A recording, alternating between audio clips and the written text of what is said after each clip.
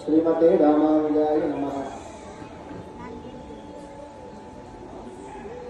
మన గ్రామంలో వెంచేసినటువంటి జగదాచార్యులు అంటే భగవంతు రామానుజుల వారి సన్నిధిని సేవించి మనందరికీ కూడా ఆశీస్సులు అందించి గ్రామం అభివృద్ధి కావాలి అని ఇంతమంది వివిధ పండితులు ఎక్కడెక్కడి నుంచో వచ్చి మన గ్రామం అభివృద్ధి కావాలి, మన ఆలయం అభివృద్ధి కావాలి, మనమందరం ఆయురారోగ్యైశ్వర్యాలతో వర్ధిల్లాలి అని ఈ పండితులందరూ కూడా భగవంతు రామానుజ వైభవాన్ని అనుగ్రహించారు. ఎందుకు అంటే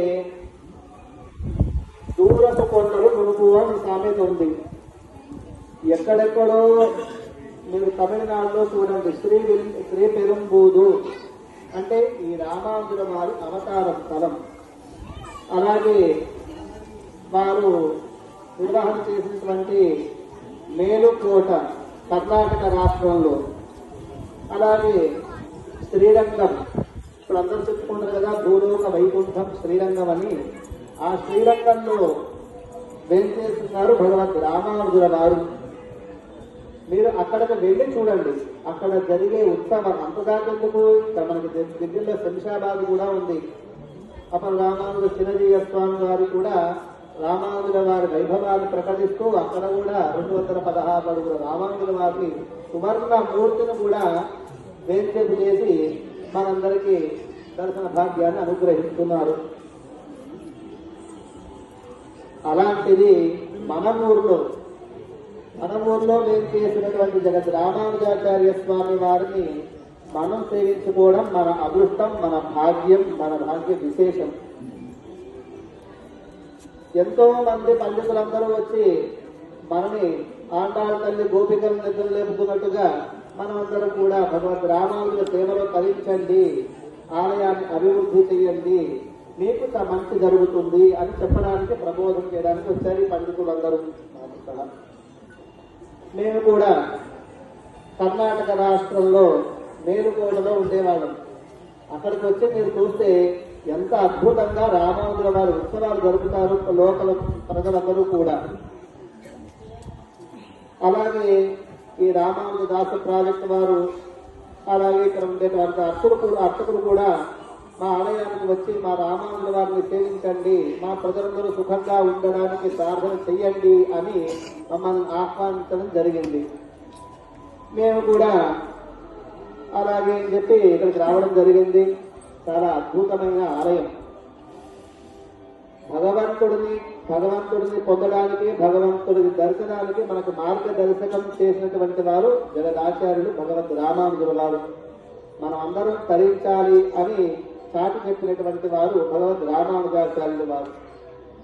అలాంటి వారు ఏం చేసినటువంటి ఈ ఊర్లో మనం అందరం చేయవలసిన పనులు ఏంటయ్యా అంటే పెద్దగా అవసరం లేదు. రోజు ఒక్కసారి వచ్చి వారిని దర్శనం చేసుకుని శ్రీమతే రామానుజాయ నమః అంటే అదే మంత్రం, మీకు వేరే మంత్రం అవసరమే లేదు. ఆయనే భగవంతుడికి సిఫారసు చేస్తారు. మనమందరం సుఖ సంతోషాలతో వర్ధిల్లాలి, గ్రామము దేశము అంతా కూడా క్షేమంగా ఉండేట్టుగా భగవంతుడిని మన వైపు తిప్పుతారు. ఎవరు? ఆచార్యులు భగవత్ రామానుజాచార్యుల వారు. మీ అందరూ చాలా అదృష్టవంతులు. ఎందుకంటే వారు ఉన్న అవతారస్తు వారు ఏం చేసిన స్థలంలో ఉన్నారు. మేము అక్కడి నుంచి మిమ్మల్ని చూడడానికే వచ్చాము ఇక్కడికి.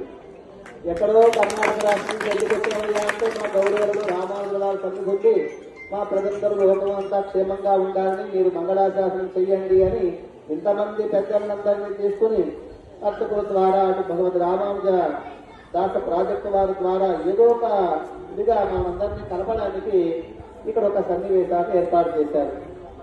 రోజు వచ్చి ఒకసారి భగవంతు రామానుజుల వారిని సేవించి శ్రీమతే రామానుజాయ నమః అనే మంత్రాన్ని పఠించండి. మీకు అన్ని సకల శుభాలు జరుగుతాయి. మన గ్రామం అభివృద్ధి కావాలి, హిందూ మతం కూడా అభివృద్ధి కావాలి అంటే ఇక్కడ ఉన్నటువంటి గురువుని ప్రార్థన చేయాలి. అన్ని ఊళ్ళలో దేవుడు ఉంటాడు, కానీ దేవుడి గురించి మనకి సిఫారసు చేసే ఆచార్యులు మన గ్రామంలో ఉండడం మన అదృష్టం. కనుక ఇది అందరూ గమనించండి. రోజు ఒకసారి వచ్చి భగవద్ రామానుజుల వారిని సేవించి వీలైతే ప్రదక్షిణం చేసి ఒకసారి అలా దర్శనం చేసుకుని వెళ్ళండి. మీకు అన్ని శుభాలే జరుగుతాయి. అలా జరగాలి అని మీరందరూ కూడా సన్మార్గంలో పయనించాలి అని పెద్దలందరి ఆశీస్సులు కూడా ఉండాలి అని మేము కోరుతున్నాం. ఇంతమంది పెద్దలందరూ కూడా మన గ్రామానికే రావాలి, మన గ్రామానికి వచ్చి రామాను సంప్రదాయమైన కార్యక్రమాలు చేయాలి అని మేము కూడా ఆశిస్తున్నాము. మీరందరూ ఆయురారోగ్య ఐశ్వర్యాలతో ఉండాలి అని అనేక మంగళాశాసనాలు చేస్తున్నాం. శుభం. జై శ్రీమన్నారాయణ. శ్రీమతే రామానుజాయ నమః. జై శ్రీమన్నారాయణ. ఒక 2 నిమిషాలు అందరూ కూడా తొందరపడకండి. స్వామివారి చేత ఇక్కడ ఉన్నటువంటి పండితులందరికీ కూడా చిన్నగా వారికి చిన్న సంస్కారం